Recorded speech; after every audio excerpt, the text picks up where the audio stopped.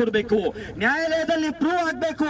ಅದು ಮಾಡಬೇಕು ಅಂತ ಹೇಳಿದ್ರೆ ಫಾಸ್ಟ್ ಟ್ರ್ಯಾಕ್ ಕೋರ್ಟ್ ಅನ್ನ ನೇಮಕ ಮಾಡಿ ಇಂತಹ ಪ್ರಕರಣಗಳ ಟೈಮ್ ಅನ್ನ ಬೌಂಡಿಂಗ್ ಅನ್ನ ಇಟ್ಟು ತ್ವರಿತಗತಿಯಲ್ಲಿ ಇದರ ವಿಚಾರಣೆಗೆ ನೀವು ಕೆಲಸ ಮಾಡಬೇಕಾಗಿತ್ತು. ನೀವು ರಾಜಕೀಯ ಸ್ಟೇಟ್ಮೆಂಟ್ ಕೊಡ್ಲಿಕ್ಕೆ ಬಯಸ್ತಾ ಇದ್ದೀರಾ. ನಾನು ಕಾಂಗ್ರೆಸ್ ಬಿಜೆಪಿ ಅದನ್ನ ಹೇಳ್ತಾ ಇಲ್ಲ. ಯಾವುದೇ ಸರ್ಕಾರಗಳಿರಲಿ ಇಂತಹ ಘಟನೆಗಳನ್ನ ನಡಬೇಕಾದ್ರೆ ಅದರ ಶಾಶ್ವತ ಪರಿಹಾರಕ್ಕೆ ಪ್ರಯತ್ನ ಮಾಡಬೇಕು. ಒಂದು ವೇಳೆ ಅದು ಏನು ಬೆಳಗಾವಿ ಉಡುಪಿಗೆ ಹೋಗಿದಂತಹ ಚೌಗೆಲೆ ಅವನ ಹೆಸರು, ಅಲ್ಲಿ 4 ಜನರನ್ನ ಸಾಮೂಹಿಕವಾಗಿ ಕೊಲೆ ಮಾಡಿ ಬಂದಲ್ಲ. ಆ ಸಂದರ್ಭದಲ್ಲೇ ಅವನಿಗೆ ಫಾಸ್ಟ್ ಟ್ರ್ಯಾಕ್ ಕೋರ್ಟ್ ಮುಖಾಂತರ ಅವನಿಗೆ ಮ್ಯಾಕ್ಸಿಮಮ್ ಪನಿಷ್ಮೆಂಟ್ ಆಗುವ ಹಾಗೆ ನೀವು ಮಾಡಿದ್ದಿದ್ರೆ ಇಂತಹ ಘಟನೆಗಳು ಮರುಕಳಿಸ್ತಾ ಇರಲಿಲ್ಲ.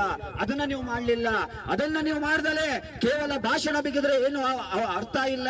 ಹಾಗಾಗಿ social Democratic Party of India ಮಾನ್ಯ ಗೃಹ ಮಂತ್ರಿಯವರಲ್ಲಿ ಮತ್ತು ಮಾನ್ಯ ಮುಖ್ಯಮಂತ್ರಿಯವರಲ್ಲಿ ಕೇಳ್ಕೊಳ್ತಾ ಇದೆ, ಈ ಅಂಜಲಿ ಪ್ರಕರಣದಿಂದ ಹಿಡಿದು ತುಮಕೂರಿನ ಯುವತಿಯ ಜೀವಂತ ಸುಟ್ಟ ಪ್ರಕರಣದಿಂದ ಹಿಡಿದು ಮಡಿಕೇರಿಯ ಪ್ರಕರಣ ಇರಬಹುದು, ಉಡುಪಿಯ ಪ್ರಕರಣ ಇರಬಹುದು, ಈ ಎಲ್ಲಾ ಪ್ರಕರಣಗಳ ತ್ವರಿತಗತಿಯ ವಿಚಾರಣೆಗಾಗಿ ಫಾಸ್ಟ್ ಟ್ರ್ಯಾಕ್ ಕೋರ್ಟ್ ಒಂದನ್ನ ನೀವು ಪ್ರಾರಂಭ ಮಾಡಬೇಕು ಮತ್ತು ಅಲ್ಲಿಗೆ ಸರ್ಕಾರದ ಅತ್ಯುನ್ನತ ವಿಶೇಷ ಅಭಿಯೋಜಕರನ್ನ ನೇಮಕ ಮಾಡಿ ಡೇ ಬೈ ಡೇ ಪ್ರೊಸೀಡಿಂಗ್ಸ್ ಆಗಬೇಕು.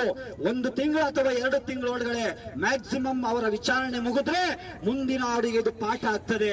ಅದನ್ನ ಮಾಡದಲ್ಲೇ ನೀವು ಬೇರೆ ರಾಜಕೀಯ ಭಾಷಣವನ್ನ ಬಿಗಿದ್ರೆ ಏನು ಪ್ರಯೋಜನ ಇಲ್ಲ. ಇದು ಸರ್ಕಾರದ ಜವಾಬ್ದಾರಿ. ಅದೇ ರೀತಿ ಪೊಲೀಸ್ ಇಲಾಖೆಯ ಜವಾಬ್ದಾರಿ ಇದೆ.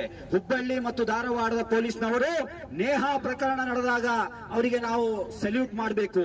1 ಅವರ್ ವಿತಿನ್ 1 ಅವರ್ ಅಲ್ಲಿಯ ಆರೋಪಿ ಫಯಾಜ್ ಅನ್ನ ಬಂಧನ ಮಾಡ್ತಾರೆ. ಯಾಕೆ ಅಂಜಲಿಯ ಪ್ರಕರಣದಲ್ಲಿ ಅದು ಸಾಧ್ಯವಾಗ್ತಾ ಇಲ್ಲ?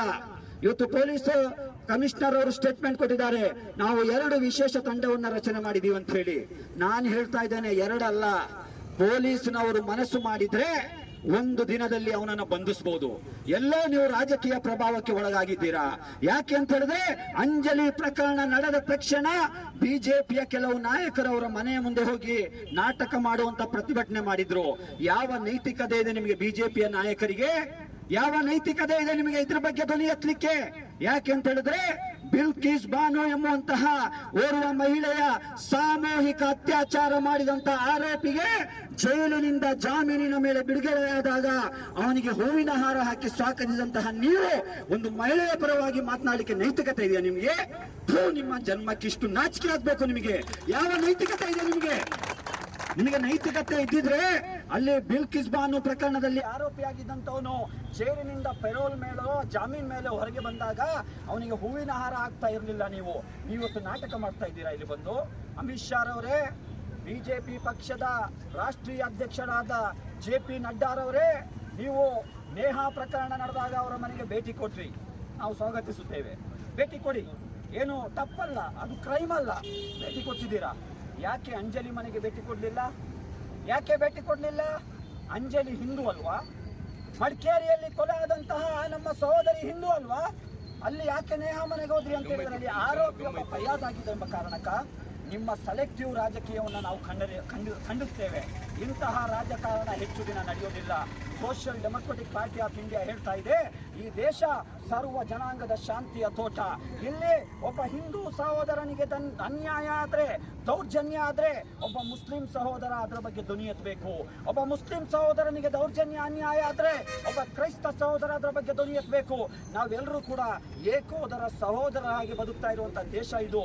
ಇಂತಹ ದೇಶದಲ್ಲಿ ಕೋಮು ವಿಷಬೀಜದ ಹುಲಿಯನ್ನ ಹುಂಡಿ ನಮ್ಮನ್ನ ಡಿವೈಡ್ ಅಂಡ್ ರೂಲ್ಗೆ ನೀವು ಬರ್ತಾ ಇದ್ರೆ ಅದನ್ನು ನಾವು ಸೋಲಿಸೇ ತೀರ್ತೇವೆ. ಕರ್ನಾಟಕದ ಜನರು ಸೌಹಾರ್ದ ಪ್ರೇಮಿಗಳು.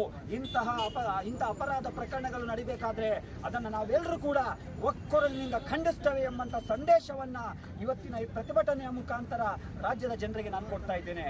ಇನ್ನೊಂದು ವಿಚಾರವನ್ನು ಹೇಳಿ ನಾನು ನನ್ನ ಮಾತಿಗೆ ವಿರಾಮ ಹಾಕ್ತೇನೆ. ನಿಮಗೆ ಗೊತ್ತಿರಬೇಕು,